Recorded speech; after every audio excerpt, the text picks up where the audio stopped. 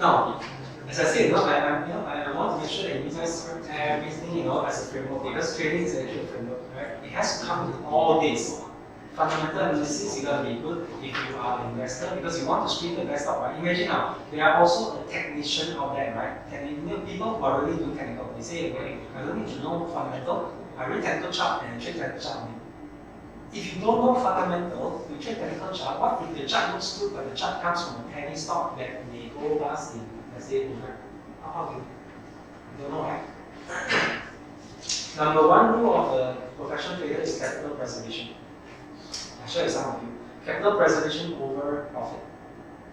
If you cannot protect the capital first, don't talk about making money. You'll end up losing your capital anyway. Doesn't matter. Right? So in this case, don't you think to be able to screen the best company out first, then only trade the chart of the best company is safer? It's safer than knowing nothing. And then look at chart. Hey, I think this stock chart is bullish, very sweet chart, nice, can trade. Where's the penny stock? Company lost chapter 11, company go past, then your whole capital is gone. So capital preservation is not on your mind in the case, yeah?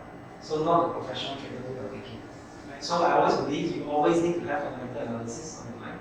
Then you actually have to develop a technical skill to be able to see chart properly, right? And know how to draw lines. And then you must, of course, be able to trade with the proven trade strategies, time tested. Meaning people who have used it consistently to make money, right? Not someone who is 4% minute rate time. Okay? Right? So you must actually trade with the proven strategies, and you must actually have money management and risk management. Now this is very important. As I said, capital preservation over everything else, right? So this capital preservation is coming from it. And a great deal why psychology is in between is because psychology actually happens in all this world. Imagine when you screen the chart screen and say, hey, how come the company that I thought would be in there is not there? Then you force yourself and say, I think I'll still invest. That is breaking your psychological rule, makes sense? Means psychology, your psychology has played out, you up. You're not supposed to make that logical decision because it's not logical, but yet you go ahead. Right? So psychology works in all these four aspects. That's why psychology is, after all, the most important. 80% of how traders actually fail is because of psychology. And I'll talk a lot more about psychology in the 5 pitfalls later, right? Because it's all related to emotions. Right? So let's go into one by one. Fundamental analysis. Now, this is actually the one thing that you got to know is that fundamental is actually looking at company performance. Right? When you want to invest into a company, don't you think you want to invest in a company that's making money? Right? I think profitability actually comes first, right? Now, if let's say there's a company that actually makes 1 million profit this year for you, that profit of 1 million this year, would you actually invest in that company? Right? You want, right? What if the next year they also make 1 million for you? Do you want to invest? Still yes, huh? No good. Why? Because no growth. Yeah, I mean, year 1 they give you 1 million, year 2 also make 1 million, year 3 also 1 million. It's the same company. Why are you investing? If you are in business cycle, if you know business school teaching, then you know that businesses that are on stagnation, the next step will always be, or most likely be, right? Because the business cycle is like this. When the company is actually going IPO, right? It's actually when you start up, and you get fun already, like this, right? Then when you actually go really big, it's slowing down, That's when the stable company is. Right? Apple is almost out of my list already, almost. I think in a couple months, if it's not making well, it's going to be out of my list already. Because Apple is a company here. So if the company is still making big money but growing, that's when we want to actually be able to catch it. Right? So the way I look into fundamental is actually looking into both profitability and growth.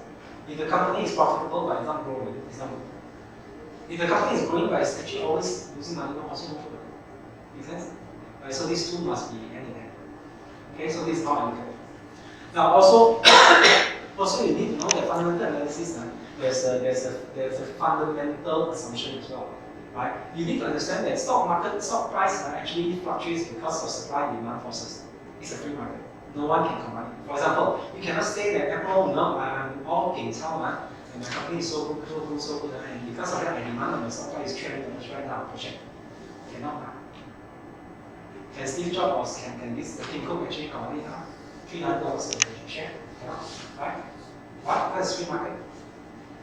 So fundamental and stock price do not always correlate. Makes sense now? But we are living in an assumption that if the fundamental is good, if the company continues to perform well and grow well, the stock price will correlate. It will catch up. That's our assumption. Really. But occasionally you may find a company figure, where hey, the company's fundamental is so good, but stock price is shit, right? Shit, It's like shit for many years on. God. Why? Doesn't correlate, as simple as that, right? No, that's why. We also don't understand why, right? So there are cases like that. But typically, when the fundamental is strong, continue to grow up, stock price will take time to correlate and catch up. Which is why investor takes risk. Because you want the fundamental and stock price to catch up. Or else, you see fundamental growth is strong again. Investors still need to crunch data and say, got confidence or not? I want to get in or not, right? And then yet you say after 1 year you keep on the stock and you sell. Nothing happens yet, you sell already, right? Doesn't make sense, right? So the investor keep trading as because fundamental, actually stock price has to actually catch up. Allow the stock price to catch up. Yeah. Now profitability in a simple term is like this. Now you got to understand.